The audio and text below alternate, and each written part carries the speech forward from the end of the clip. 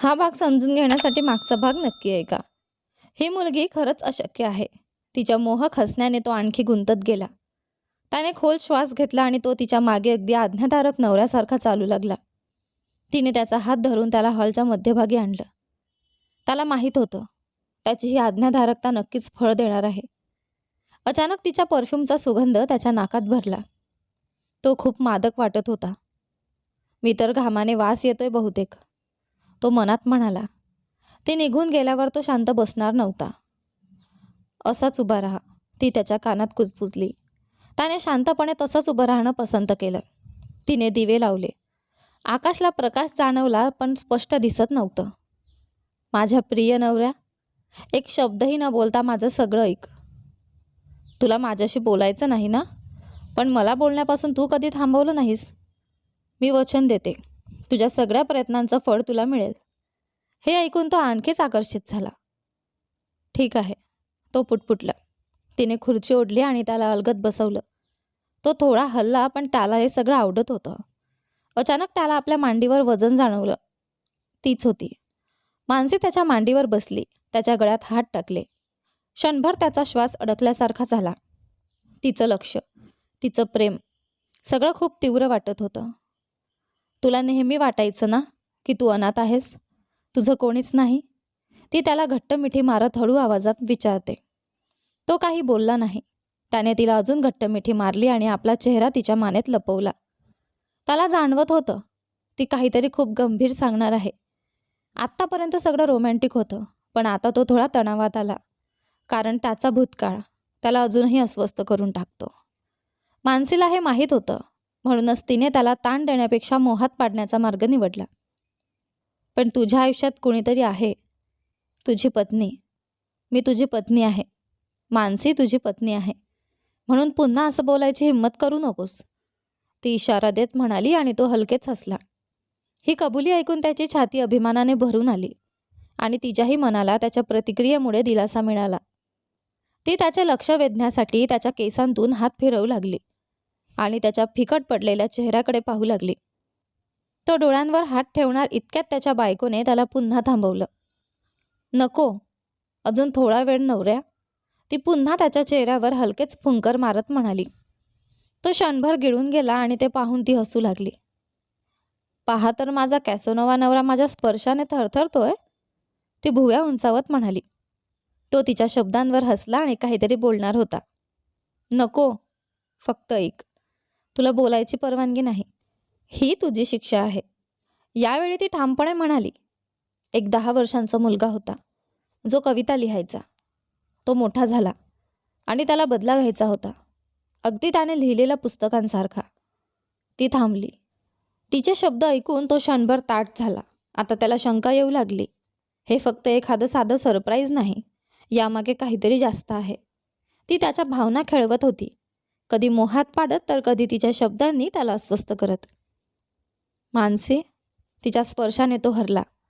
त्याला माहीत नाही, इथे एक मुलगी त्याची वाट पाहते आहे, त्याची पत्नी, जी त्या चंचल आणि हुशार आकाशला पुन्हा पाहण्यासाठी तडफडते आहे. मला माझा फ्लर्ट करणारा आकाश परत हवा आहे, ती त्याच्या छातीवर हलकेच मूठ मारत म्हणाली. हो, त्यालाच तर तिने राक्षस बनवलं. त्याबद्दल तिला खरंच खूप पश्चाताप आहे. तिला माफ कर, मला माफ कर. आता ती त्याला ते देऊ इच्छिते ज्याची तो खूप दिवसांपासून वाट पाहतो आहे. त्याने खोल श्वास घेतला. त्याचे डोळे अजूनही मिटलेले होते आणि त्याची पत्नी त्याला चिडवत होती. ती त्याला तिचं प्रेम द्यायचं आहे, तिचं सगळंच, ती म्हणाली. हे ऐकताच त्याने अलगद तिला मिठीत घेतले. कसलाही विचार न करता त्याने तिला जवळ केलं आणि त्याला आपल्या गालांवर तिचे अश्रू जाणवले. तो तिचे अश्रू थांबवण्यासाठी तिच्या गालावर हलकेच चुंबन घेत म्हणाला. मन्नू, रडू नकोस. तो तिचे अश्रू पुसायला हात पुढे करणार इतक्यात तिने त्याचा हात पकडला आणि त्याच्या बोटांवर हलकेच चुंबन घेतलं. तिला माहीत आहे, गेलेला वेळ आणि तुला झालेलं दुःख ती परत आणू शकत नाही, पण ती हुंदक्या देत म्हणाली. गप्प बस मन्नू, थांब. तो जवळजवळ त्याच्या डोळ्यांवरील पट्टी काढणार होता, पण तिने वेळेत त्याला थांबवलं आणि पुन्हा त्याला मोहात पाडलं. तिला बोलून पूर्ण करू दे. तो उसासा टाकत तिचा हात घट्ट पकडून राहिला. आणि दुसरा हात तिच्या उघड्या कमरेभोवती गुंडाळला. त्याला आधीच जाणवलं होतं की तिने साडी नेसली आहे आणि आता त्याला तिला परत पाहायची खूपच इच्छा होत होती. पण ती तुला परत सगळं प्रेम आणि आपुलकी द्यायची इच्छा ठेवते, ज्याचा तू खरंच हकदार आहेस. ती तुला द्यायचं आहे. ती थांबली आणि त्याच्याकडे पाहू लागली. तो गोंधळून भुवया उंचावत होता आणि यावेळी तिने त्याच्या डोळ्यांवरील पट्टी काढली. तुझं हरवलेलं कुटुंब, ती हळू आवाजात म्हणाली आणि त्याला घट्ट मिठी मारली. त्यानेही तिला मिठी मारली आणि तिच्या खांद्यावरून घराकडे पाहिलं. मध्यभागी त्याचा आणि त्याच्या आईवडिलांचा मोठा फोटो ठेवलेला होता आणि त्याचं घर आता स्वर्गासारखं दिसत होतं. हो, माणसं एखाद्या देवदूतापेक्षा कमी नव्हती. देवाने या राक्षसासाठी एक देवदूतच पाठवला होता. इतक्या वेदना आणि संघर्षानंतर तो याचा खरोखरच पात्र होता, हे सगळ्यांनाच माहीत होतं. तुझ्या भूतकाळापासून पडू नकोस आकाश, ती त्याचा चेहरा हातात घेत त्याच्या कपाळावर चुंबन घेत म्हणाली. ते तुझे आईवडील आहेत. तू आधीच त्यांना अभिमान वाटेल असं केलं आहेस. हा फोटो इथेच असायला हवा, त्या कपाटात नाही. तो तिच्याकडे पाहत मान हलवतो. संजयची आई, तुझी काकू आहे ना? मला कळलं की तीच तुझी काकू आहे. पाहिलंस ना, आता तुला आई मिळाली आहे. तुला एक भाऊही मिळाला आहे. एक मोठं कुटुंब तुझी वाट पाहतंय, तुला सगळं प्रेम आणि आपुलकी देण्यासाठी, ज्याचा तू हकदार आहेस. ती त्याच्या डोळ्यात पाहत म्हणाली. तो तिचे शब्द समजून घेत खोल श्वास घेतो. आश्चर्य, हा शब्दही कमी पडेल. आता मानसीला सगळं सत्य कळलं आहे. त्याला दिलासा मिळाला. तो तिच्याशी हे सगळं कसं सांगावं याचा विचार करत होता.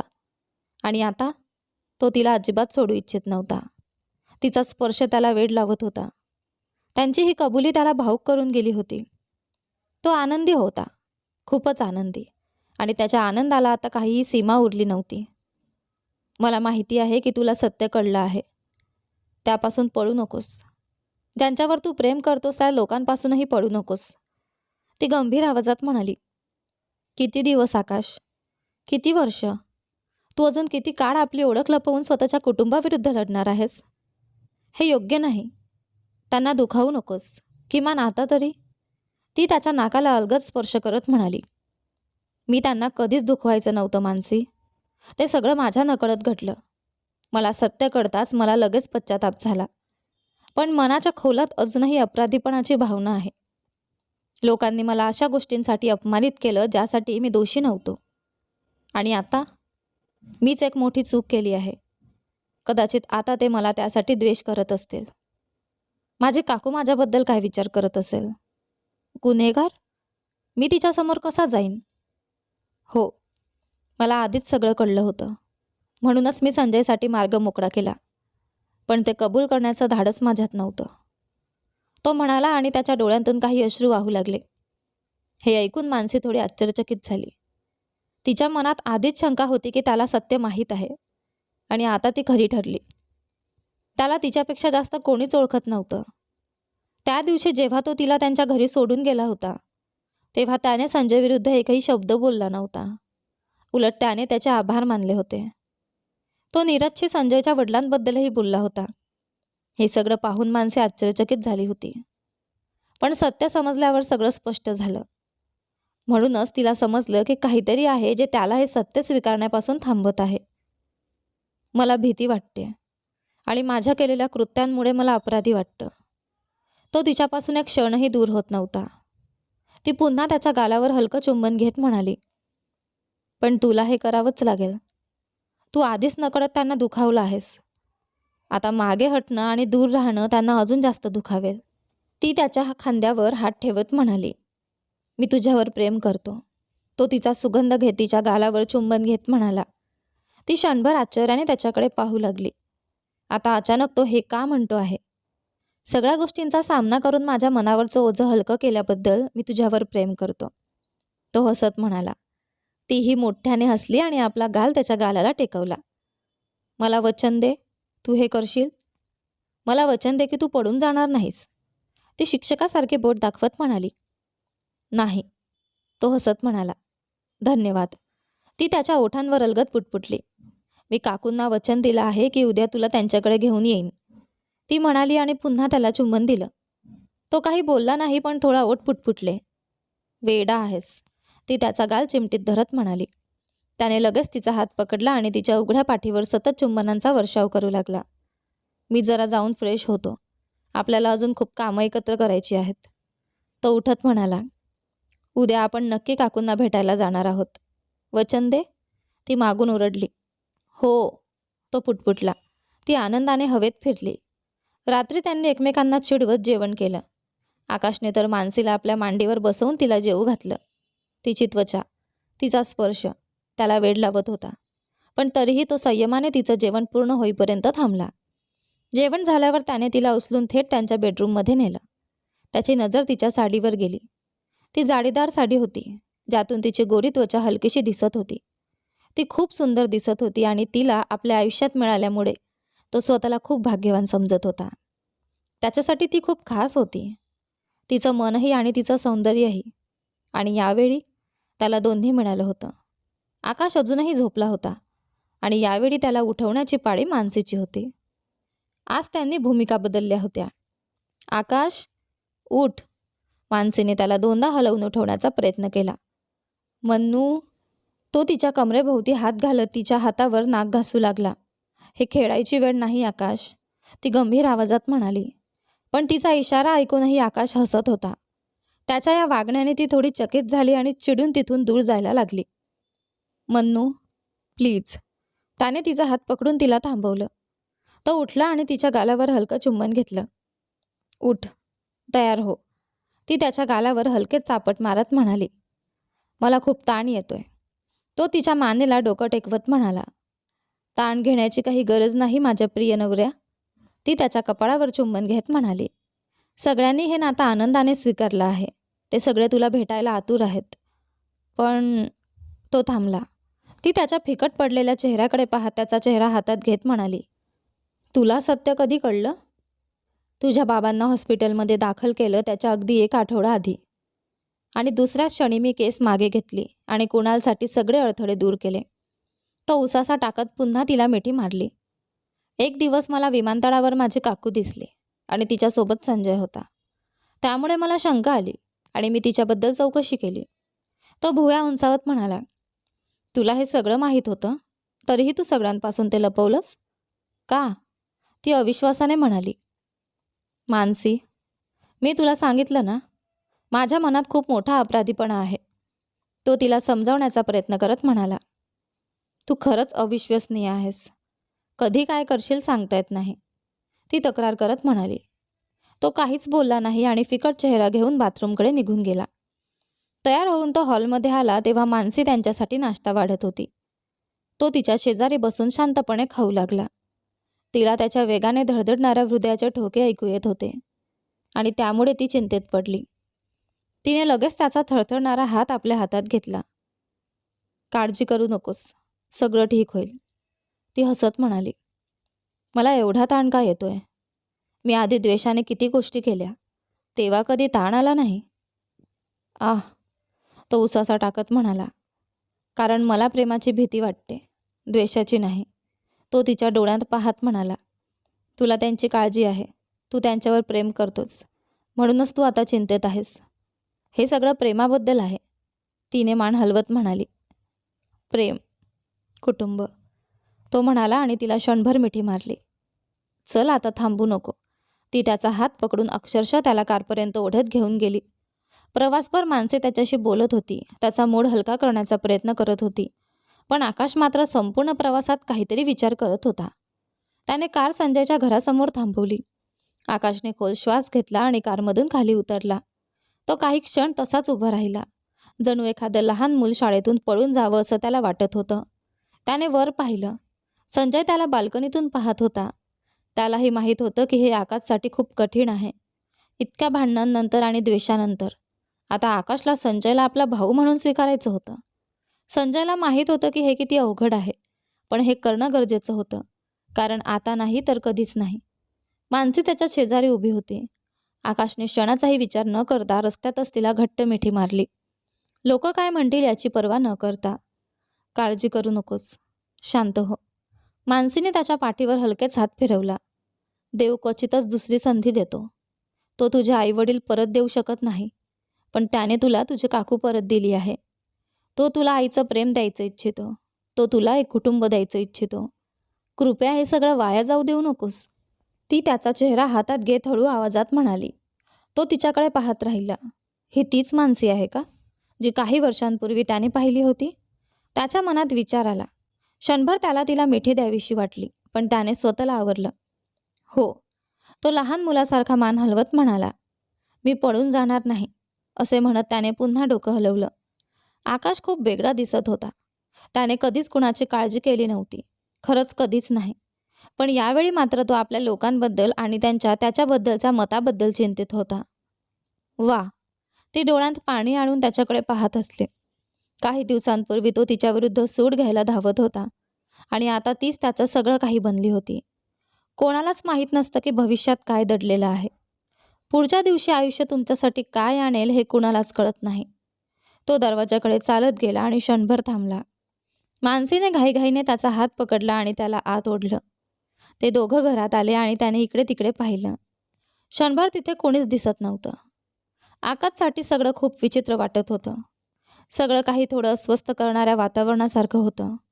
त्याने एकदाही वर पाहिलं नाही. तो सतत जमिनीकडेच पाहत होता. भूमीने त्याचं स्वागत केलं, पण त्याने तिच्या डोळ्यात पाहिलं नाही. फक्त मान हलवून खोटं हसू दिलं.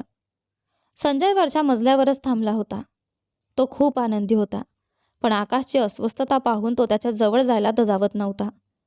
त्याने पाहिलं की आकाश कसा ताठ उभा आहे आणि त्याची नजर टाळतो आहे. त्याला वाटलं आकाश आणि त्याच्या आईला काही वेळ एकटं राहू देणंच योग्य आहे. मानसीने त्याला खोली दाखवली. तेवढ्यात भूमीने त्यांना तिच्या सासूबाईंबद्दल सांगितलं. जा. मानसी त्याच्या कानात हलक्या आवाजात म्हणाली. तिच्या चेहऱ्यावर कृत्रिम हसू होतं, पण तिचे डोळे त्याला धीर देत होते, जणू सांगत होते, कर हे. तो 2 पावलं पुढे गेला आणि मग मागे वळून मानसीकडे पाहिलं. क्षणभर मानसीचं हृदय धडधडणं थांबल्यासारखं झालं. तिने डोळे मिटून पुन्हा उघडले आणि हलकेच त्याच्या हातावर थाप दिली. तो तिच्या खोलीकडे चालू लागला. क्षणभर सगळं त्याला स्वप्नासारखं वाटत होतं. दरवाजा उघडाच होता. तो थोड्या संकोचाने आत गेला. त्याने आजूबाजूला पाहिलं आणि ती पलंगावर बसून काहीतरी वाचत असल्याचं त्याला दिसलं. त्याच्या डोळ्यात नकळत अश्रू आले. तो तिच्या चेहऱ्याकडे पाहत राहिला. ती खूप बदलली होती. आता ती वयस्कर आणि थकलेली दिसत होती. ती आजारी आहे हे पाहून त्याचं हृदय तुटलं. कधी काळी ती खूप उत्साही आणि निरोगी होती. त्याने सगळं दुःख गिळून टाकलं. तो काही पावलं पुढे गेला आणि तिच्यासमोर उभा राहून खोल श्वास घेतला. तिने पुस्तक बाजूला ठेवलं आणि त्याच्याकडे पाहण्यासाठी डोकं वर केलं. शेवटी तिच्या नजरेस तो पडला. आता तो वाट पाहत होता. ती त्याला ओळखते का? तिचा मुन्ना आहे हे तिला कळतं का? तो तिच्यासमोर गुडघे टेकून बसला. ती आश्चर्याने त्याच्याकडे पाहत होती. सांगा मी कोण आहे? त्याने तिचे हात धरले आणि भुवया उंचावत ओलसर डोळ्यांनी विचारलं. मुन्ना? ती अचानक रडू लागली. मुन्ना? ती हुंदके देत म्हणाली. आकाशच्या चेहऱ्यावर कानापर्यंत हास्य पसरलं आणि त्याच्या डोळ्यात चमक आली. काकू? तो म्हणाला आणि तिच्या हातांवर हलकं चुंबन घेतलं. तू इतके दिवस कुठे होतास? माझ्याकडे का आला नाहीस? ती हळू आवाजात विचारत होती. या सगळ्या वर्षांत तुला एकदाही माझी आठवण आली नाही का? ती त्याच्या गालावर हात ठेवत पुन्हा रडू लागली. हो, आली होती. तो लहान मुलासारखा मान हलवू लागला. तिची तक्रार किती गोड होती, जणू तो फक्त सुट्टीवरून एक दिवस उशिरा परत आला आहे. सुदैवाने त्यांच्या नात्यात काहीच बदललं नव्हतं. त्यावेळी आकाश नुकताच किशोरवयात प्रवेश करत होता आणि तिच्या सगळ्या आठवणी त्याने मनात जपून ठेवल्या होत्या. मी माझ्या आईला कसा विसरेन? तो तिच्या डोळ्यात पाहत म्हणाला आणि तिचा गाल हलकेच चिमटीत धरला. मी लपंडाव खेळत होतो. तो अश्रू भरल्या डोळ्यांनी हसत म्हणाला. तू खूप खोडकर होतास आणि अजूनही तसाच आहेस. ती त्याचा चेहरा नीट पाहत म्हणाली. नाही, मी बदललो नाही. तो हसत म्हणाला. मला माहीत होतं माझा मुलगा एक दिवस नक्की येईल. ती मनापासून हसली. लोक माझ्यावर हसत होते, पण मला विश्वास होता. पाहिलंस ना, तो आला. ती अभिमानाने म्हणाली. तो तिच्या चेहऱ्याकडे पाहत होता. तिच्या डोळ्यात अभिमान चमकत होता. फक्त मुलं त्यांच्या आईला असा अभिमान वाटवू शकतात.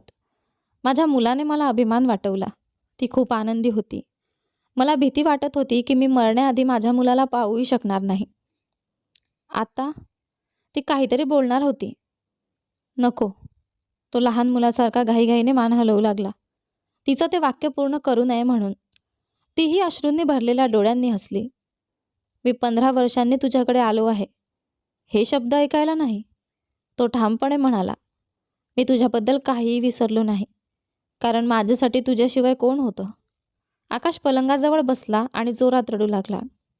कोणीच नाही, तो म्हणाला. तुला माहीत आहे, माझ्यासाठी कोणीच नव्हतं. मी अनेक रविवारी तुझी वाट पाहत बसायचो. तू तुझ्या नवऱ्यापासून लपून मला भेटायला यायचीस. मला सगळं माहीत होतं. शेवटच्या वेळी मी तुला पाहिलं तेव्हा मी 13-14 वर्षांचा होतो. त्याने मला तुझ्यापासून सगळ्यांपासून दूर केलं. पण तू कधीच मागे हटली नाहीस. तू माझी जबाबदारी घेतलीस. तू प्रत्येक रविवारी मला भेटायला यायचीस. मी काहीच विसरलो नाही. पण एक दिवस तू येणं बंद केलंस आणि मला विचारायला कोणीच नव्हतं.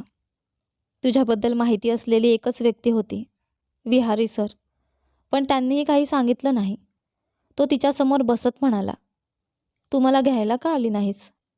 मला तुझी खूप आठवण आली. तो मन मोकळं करून रडत होता. दरवाजाजवळ मानसी उभी होती. ती त्याचा प्रत्येक शब्द ऐकत होती, डोळ्यात पाणी घेऊन. भूमीही तिच्या बाजूला उभी होती. पण त्यांना माहीत होतं, या क्षणी त्यांना व्यत्यय आणायचा नाही.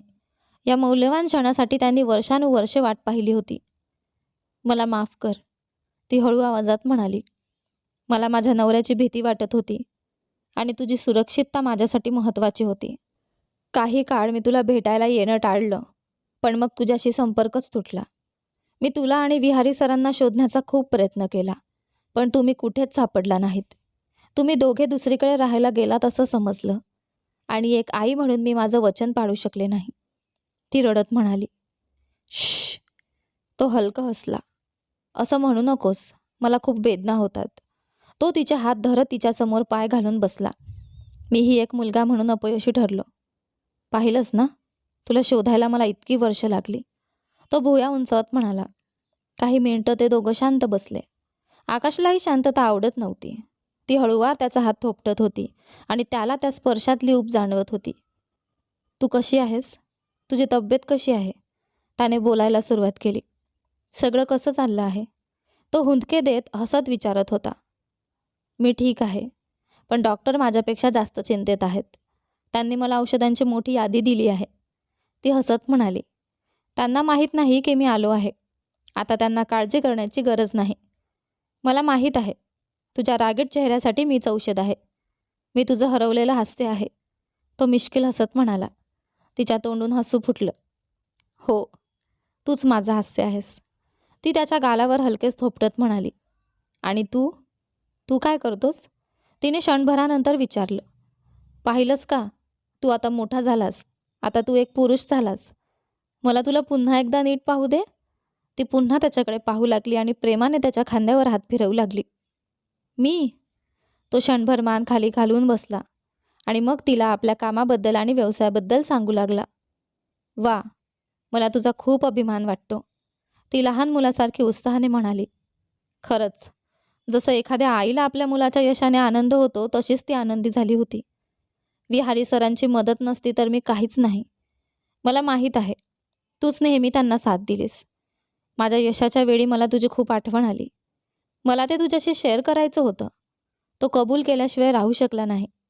विहारी सरांनीही अनेक वर्ष तुला शोधण्याचा प्रयत्न केला, पण राहू दे ते सगळं. तो डोकं हलवत म्हणाला. मला माफ कर, पण मला तुझा खूप अभिमान आहे. तुझे आईवडील जिथे कुठे असतील ते तुझ्या यशामुळे आनंदी असतील. तू आम्हा सगळ्यांना आनंद दिला आहेस, ती मनापासून म्हणाली. तुझ्याबद्दल अजून सांग. आणखी काय? आकाश उत्सुकतेने तिच्याकडे पाहत म्हणाला. त्याला तो विषय पुढे चालू ठेवायचा नव्हता. त्या नकारात्मक आठवणी पुन्हा उकरून काढायच्या नव्हत्या. तुझं लग्न झालं का?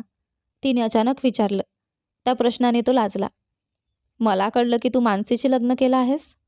मला तुमच्यासाठी खूप आनंद झाला. तिचे प्रश्न थांबतच नव्हते. तो तिच्या उत्सुकतेवर हसला. हो, मानसी. मी मानसीशी लग्न केलं आहे. तो अजूनही थोडा लाजत हसत म्हणाला. ती त्याच्या उजळलेल्या चेहऱ्याकडे पाहत समाधानाने हसली. ती तुझ्यासोबत आली आहे का? ती आजूबाजूला पाहत विचारू लागली. हो, तो म्हणाला आणि मागे वळून मानसीला शोधू लागला. मला तुम्हा दोघांना एकदा पाहू दे, तुमच्या लग्नाच्या वेळी मी वाणीबरोबर होते, नाहीतर आपण खूप आधीच भेटलो असतो, ती म्हणाली. मानसी. यावेळी आकाशने सभ्यपणे तिचं नाव पुकारलं. मानसी हळूहळू पावलं टाकत आत आली. ती लाजत होती. सगळ्यांना माहीत होतं की ते दोघे नवरा बायको आहेत. तरीही ती आता इतकी घाबरलेली का होती? तिला कुठल्याही प्रश्नांची उत्तरही द्यायची नव्हती. ये बाळा. तिने हाताने इशारा करून तिला जवळ बोलावलं. काकूने पलंगावर हलकेच थाप दिली. मानसीला तिथे बसायला सांगितलं. मानसी पलंगाजवळ आली आणि त्यांच्या समोर उभी राहिली, कधी आकाशकडे तर कधी तिच्याकडे पाहत. मानसीची ही लाच पाहून आकाश थोडा आश्चर्यचकित झाला. उठ आणि तिच्या शेजारी उभा राहा, काकूने जवळजवळ आदेश दिला. तो तिच्या इच्छेवर हसत उभा राहिला. शेवटी माझी लाडकी सून मानसी, जिने मला शोधलं आणि सगळं सत्य सांगितलं. मी तिची खूप आभारी आहे. ती मानसीकडे पाहून हसली. असं म्हणू नका काकू. मानसी थोडी घाबरत हसली. लाडकी? आकाश क्षणभर तिच्याकडे पाहू लागला. ती खूप तणावात दिसत होती आणि तिच्या डोळ्यांत अश्रू दाटले होते. आकाशलाही तिचे आभार मानायचे होते, पण त्याला ते कसं करायचं हे माहीत होतं. तो नंतर नक्की तिचे आभार मानणार होता. तू संजयला भेटलास का? संजय? संजयची आई क्षणभर त्याला बोलवावं का असा विचार करत होती. तिला आकाशची प्रतिक्रिया पाहायची होती. नाही काकू, त्याआधी मला तुम्हाला काही सांगायचं आहे, आकाश तणावात म्हणाला आणि पटकन तिचा हात धरला. नको, तो मान हलवत म्हणाला. काय? ती फिकट चेहऱ्याने त्याच्याकडे पाहू लागली. तिच्या लक्षात त्याचा ताण आला. कालपासून संजयही तिच्या प्रश्नांना नीट उत्तर देत नव्हता. तिला जाणवत होतं की काहीतरी ते तिच्यापासून लपवत आहेत आणि ती मनोमन देवाला प्रार्थना करत होती की त्यांच्या सगळ्यांमध्ये सगळं ठीक असावं. आई असल्यामुळे तिला आपल्या मुलांमधील ताण जाणवत नव्हता का? मानसी त्याच्याकडे पाहत होती आणि डोळ्यांनी त्याला इशारा करत होती की काहीही सांगू नकोस. यानंतर पुढे काय होतं ते पहा आपल्या कथेच्या पुढच्या भागामध्ये. पण तोपर्यंत आजचे दोन्ही भाग कसे वाटले मला कमेंट करून नक्की सांगा. दोन्ही व्हिडिओला लाईक करा, शेअर करा, चॅनलवर नवीन असाल तर सबस्क्राईब करा. धन्यवाद.